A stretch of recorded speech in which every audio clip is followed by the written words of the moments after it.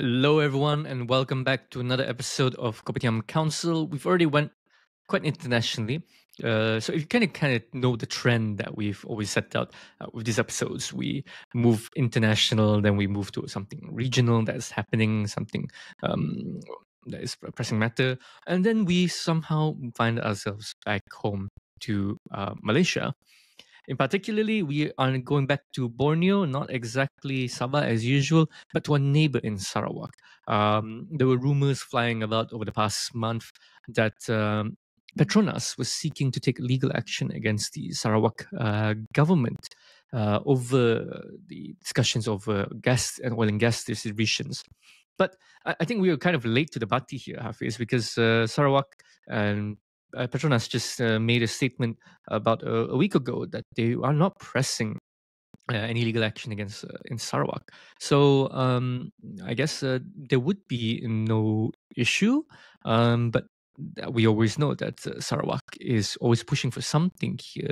What makes you think? What do you think? If you were, let's say, a Petronas executive here, how would you feel about what's going on? I think the CEO of Petronas already mentioned the other day that he wants win-win situation. But listen to this: that out of 90% of petroleum reserve under Petronas, it's in Sarawak. 60, around 60% is from coming from Sarawak, and only around 18 or 20% is Sabah. So we can see that the fact that Sarawak has pursuing this interest, it means a lot to Petronas. So that's why I think the CEO of Petronas made a press conference the other day saying that, hey, let's settle it, very nicely, properly. And even Anwar Ibrahim says that you should not go outside of the corporate structure. So discuss it internally between state of Sarawak and the company GLC of Petronas. So we should not involve any other third party or whatsoever. And I would like also to say, because it was, I think today is the date. Today, we are recording this on different date. Today is the 1st of October. This is the deadline for the Abang Johari's given to Petronas to sort out the surrender of the trade for LNG in Sarawak. So Petros will take over from Petronas to deal with this in the future. So this is another thing that Petronas would not like to relinquish, because this is also one of their cash cow. Because Sarawak simply means just a lot of, in terms of petroleum reserve or LNG gas in Sarawak.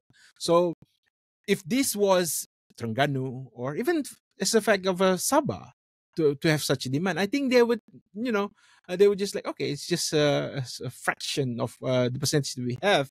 But Sarawak is the main entity, main reserve of petroleum for Petronas. And the fact that we know recent development that Sarawak state government was just completed a purchase of Afin Bank.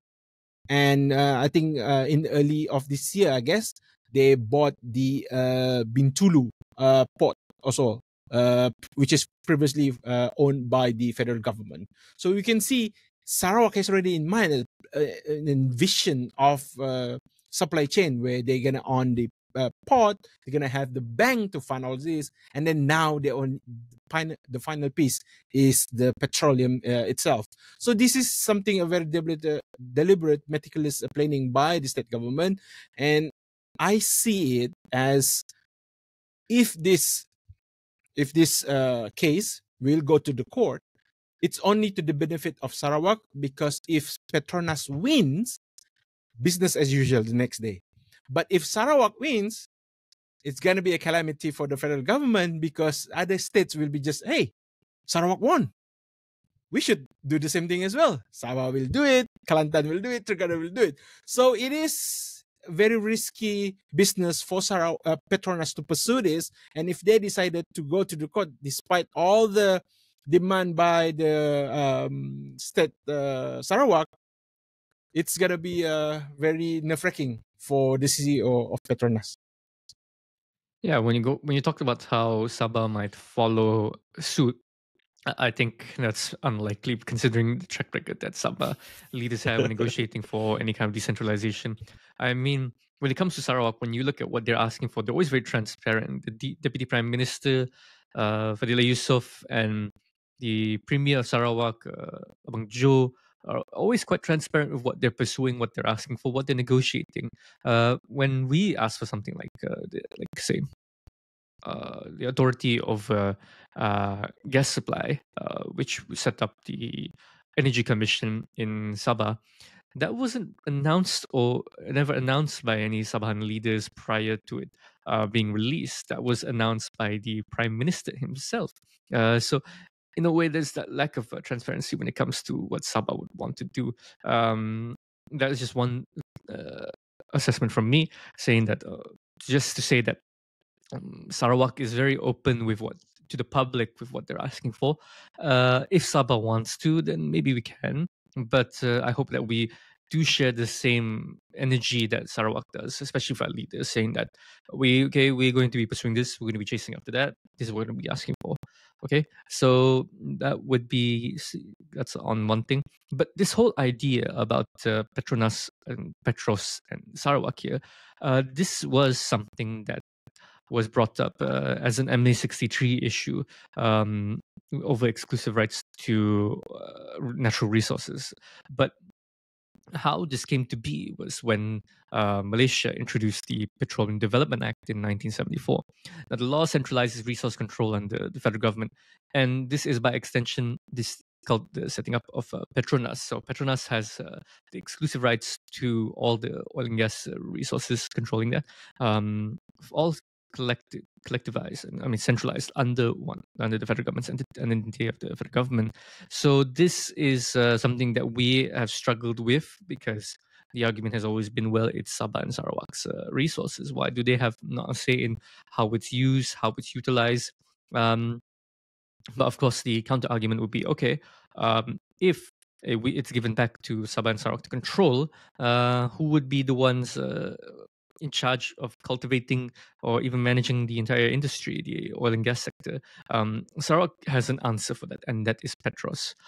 So in a way, Sarawak is quite prepared to take on the responsibilities for oil and gas distribution and extraction if Petronas wants to hand that over. But in comparison to Sabah, would we have to prepare the right people for it? That's one thing when it comes to, before people start saying that, okay, Sarawak's doing it, what about Sabah?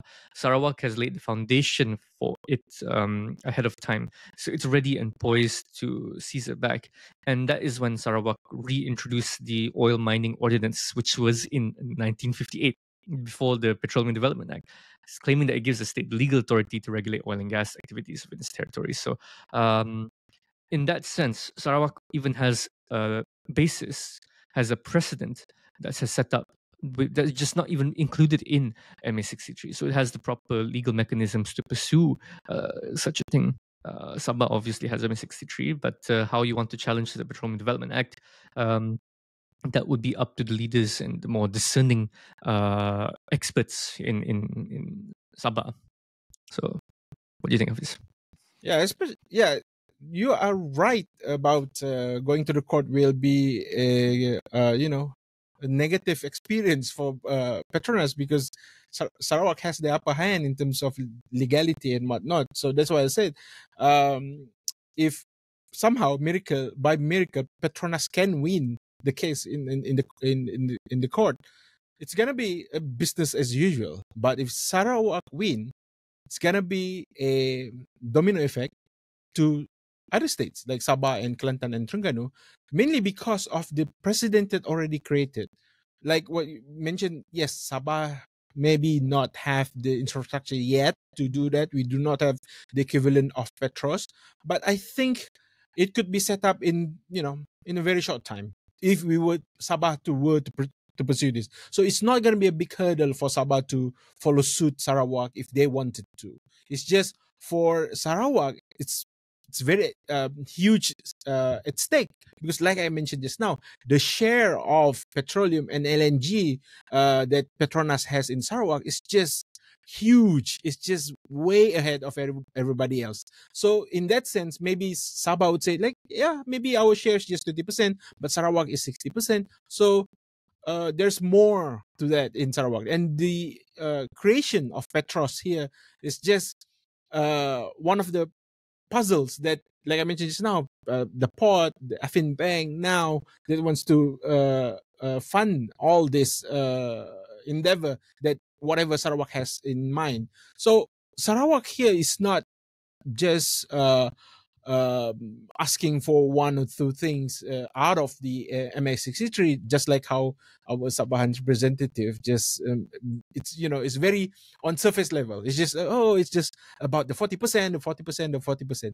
But we never come up with something very concrete to the federal government. Also, like we mentioned the other day in a different episode, if we were just in kind, if we were, Sabah were paid in kind, maybe okay, we cannot pay you out of cash of 40%. Maybe you can have some of the Felda lands. So why don't we, again, we as a Sabah's leadership would come up with a plan that okay, this is a proposal of development for Felda land in certain area, whatever. If you give us this chunk of Felda land, we'll do this and own by us and whatnot. We will develop for this and that. That's something that I think we can agree on, isn't it? Like something that we have on the table and talk about, rather than just like, hey, where's our 40%? And what's the formula? That would be a brute force way of doing it. And we've been doing for so many years now. And again, it's a dead end. Like Aftar also said in the podcast the other day, that even in the federal side, they actually want to see this happen. It's just, change of administration and whatnot, it could not be realized. So there should be a way, alternative way by Sabahan government to propose to the federal government to just, hey, look at it. We have a proposition for you. Would you pick your interest in any of this? So that would be a better moving forward for Sabah. But for Sarawak here, because since we mentioned about Sarawak once episode is, any legal issue would be on the side of Sarawak. Sarawak will be on the right side of the history in this one. And Sarawak has that, like we mentioned, even the principle of it, the resources in our land, why we don't have the right to control of this. And that's the bottom of the bottom of it. And I would like to see Sarawak succeed in this, because it would create a precedent and to put an end to Petronas monopoly over oil and gas in Kelantan, Terengganu, Sarawak, or Sabah. Yeah, I mean, it would be very exciting to see that if Sarawak was able to claim back what is theirs. I'm going to be using a very regionalist language here, saying taking back what is rightfully theirs, and by extension, Sabah should one day take back what is ours. Should our leaders prove to be up to the challenge for it. Regardless, right? This kind of sets an idea of how does resource allocation leads to the conversation of how resource sharing should be done here in Malaysia. Now, of course, the federal government has utilized the Petronas to fund a lot of their development in West Malaysia. There's always a joke every time when I go see the Twin Towers. I said, "Oh, okay, each tower is paid by Sabah and Sarawak." So in that situation, right? We not paid our dues already? Have we not done our part in being one of the most resource plentiful states in the federation, and then been so gracious in allowing you to extract and do all the operations here? And what about the stuff for us? What about let us handle things from here? Of course, there will be a share. It's not that Sarawak Petros takes over and then end of story is all going to Sarawak. Sarawak still has to help assist the federal government as well. They still have to assist in the development, because at the end of the day, the highest level of the government is the parliament and the Dewan Negara. So this would set up some, I don't know what kind of tensions would bring out of this development, but I can see that whoever becomes prime minister, or if Sri Anwar Ibrahim is able to retain his seat in the next general election, they would have to be negotiating a lot more with Sarawak over very minute details. Who knows that maybe they will have to be sending special envoys, postal envoys to Sarawak to coordinate certain things, certain arrangements of how, let's say, oil and gas or resource sharing shall be cultivated. So that is maybe I would see as Sarawak breaks away even further, chips away even bit by bit, they can stand on their own. I think in terms of the argument, okay, Sarawak has given this for the whole of Malaysia, the West Malaysia. But what can West Malaysia give to Sarawak? What's the opportunity cost here? Because Sarawak shows that okay, we're just going to get what we want, take what we want. It's not like we're losing out on anything since everything's been taken. So maybe that is the approach Sarawak is going to be taking. It kind of defines the whole ethos of the Sarawakian um, ideas so far. Okay, another thing is that you mentioned it sets a precedent for Terengganu, for Kelantan. What about Johor as well? Johor has also shown to be very regionalist and at times even doesn't play nicely with the federal government as well. So would we see Johor becoming more assertive in how it does its resources? Like, will it be able to talk to Singapore on its own without the federal government interfering? In terms of, hey, we give all the water, you refine it for us, you filter it for us, and then or we make a new arrangement, say, okay, I'm going to be charging you this or something like that, without much input from central authorities, right? Central agencies or whatever, right? I'm just saying that Sarawak, like you said, sets a precedent, right? And that precedent could lead to a lot more decentralization across the federation as well. Would we see Malaysia becoming a bit more like the United States, where each state has a very strong autonomy over its jurisdiction, right? So that kind of, in a way, defines each state even more. Of course, each state's very different from one another, but accentuating that difference should each state be able to operate autonomously. I think you are right also, because the decentralization will contribute to the strength of Anwar Ibrahim. How? Because they realize Sarawak can do it with a lot of demand. Prior to Anwar Ibrahim becoming prime minister, there's little that you heard about Sarawak demand being fulfilled.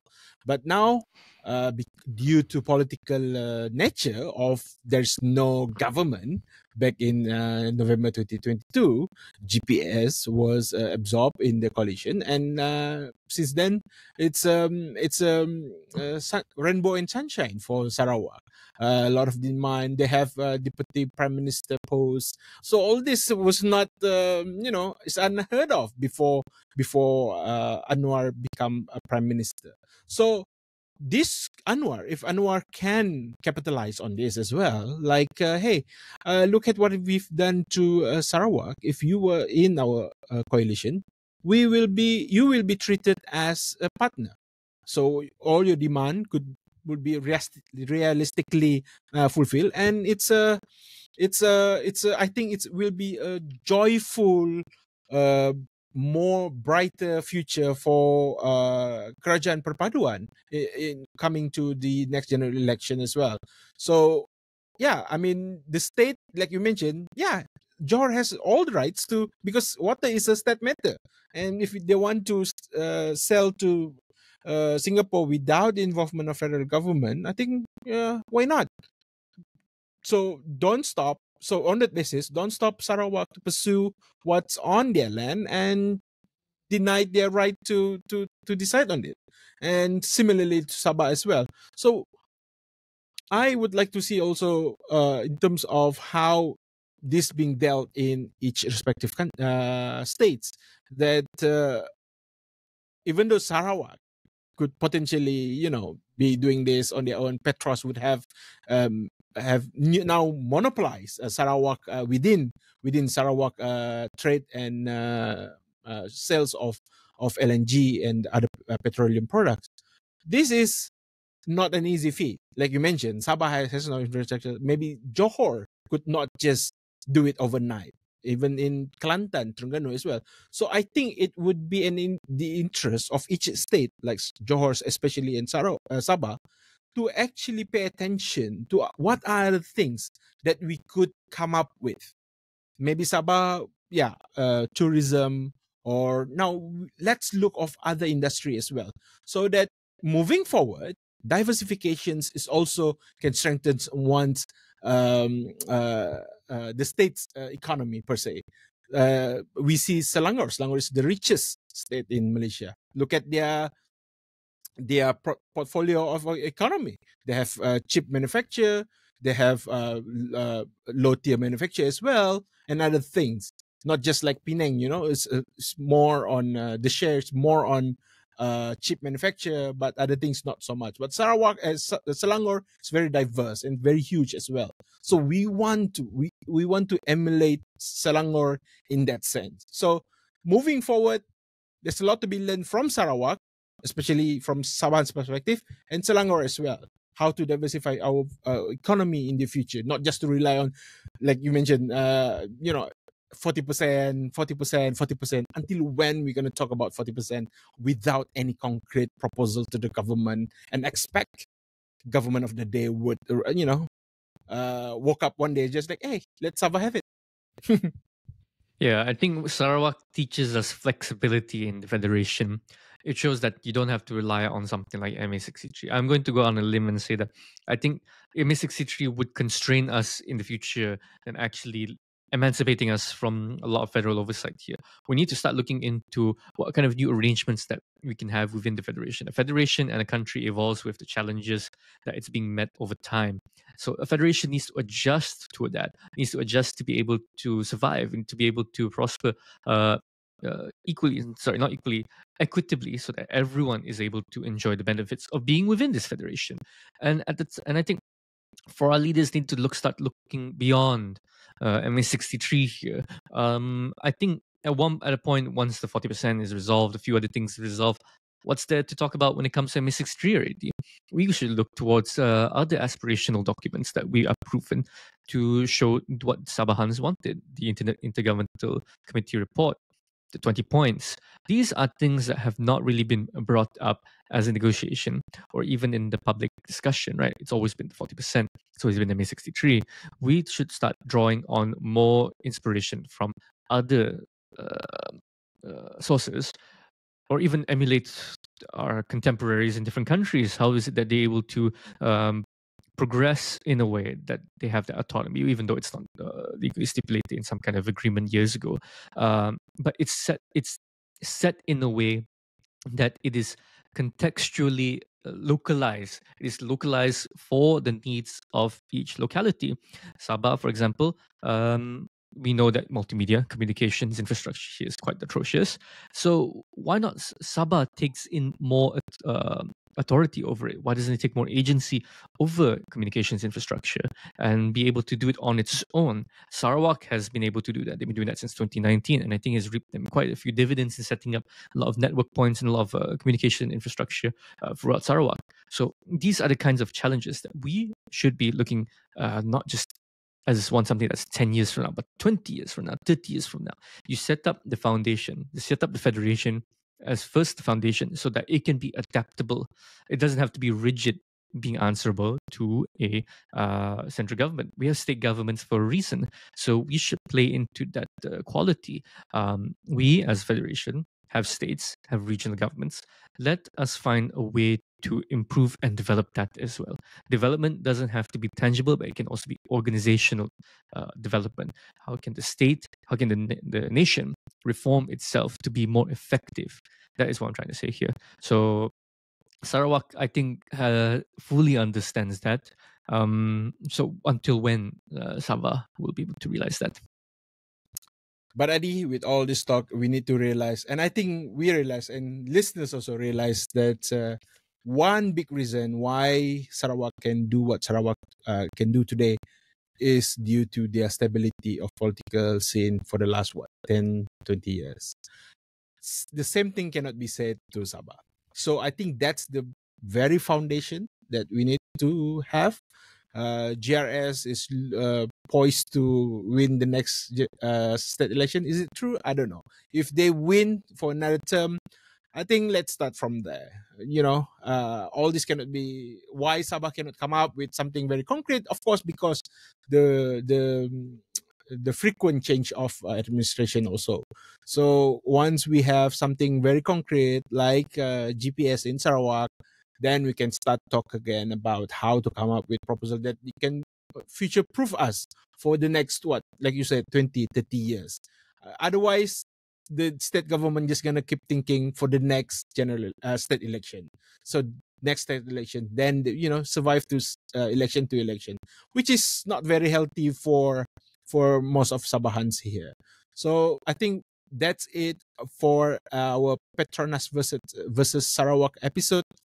If you have something you want to comment or topic that would you like us to cover, please comment down below. And as usual, if you are in favor of short format on media, please go to our Instagram and also TikTok. Final remark from you, Ade. Yeah, one more remark. I think I would have to disagree with the whole idea of, Sabah is not ready because it does not have political unity. I think that's more looking at the glass half empty than half full here. When it says stability, in what regard? Is it in the state legislative assembly? Because these negotiations take part on a G2G basis, state government to federal government, right? So if you have already a state government formed, you can send a representative, right? You don't have to worry about the numbers you hold in the legislative as long as you hold the majority. Now, is the question of stability and unity should be focused at the Dewan Rakyat. How many MPs can Sabah bring to bear to pressure the federal government on this matter? And of course, that is a bit more split compared to the Dun here, but it doesn't mean you cannot cooperate with the opposition here. You don't have to cooperate at the state level, but your Sabahans, the opposition and the state government are still Sabahans. Why don't you have the maturity to cross the aisle, to cross over to Warisan and say, okay, we disagree at state, but let us have a united stance at the Dewan Rakyat, at the federal level, because that is completely different. That's a different thing entirely. You lobby there. You can also use that to lobby with the Sarawakians of GPS if your idea is good, and you could somehow spill it over to the more moderate factions within the Dewan Rakyat, the other MPs who show a bit more moderate ideas when it comes to decentralization. You can start from there. Don't look at it half empty. Look at it half full and move from there first. Because if not, if you're going to wait until each election to secure more voter share to feel that until it's enough, I think we're going to be set in this way for the next 2, 3, 4 more cycles, Hafiz. Yeah, that's true. That's true indeed. But it sounded more complex that just having outright. But again, that's a recipe that worked for Sarawak. Like you said, maybe a different recipe would work for Sabah as well. We don't have to wait for that to happen. Then we can start figuring out what to do next. And yeah, final remarks for the episode today. I think that would be it, really. I just hope that I think by the time this episode is out, we would see a decision from Sarawak and Petronas on the regulation and use of authority over the oil and gas resources. So we are looking forward to that. In a way, who knows, it might disprove us completely and this episode might be redundant. But hey, it's just our opinion. Yes. And with that, that's the end of the episode. Goodbye for now.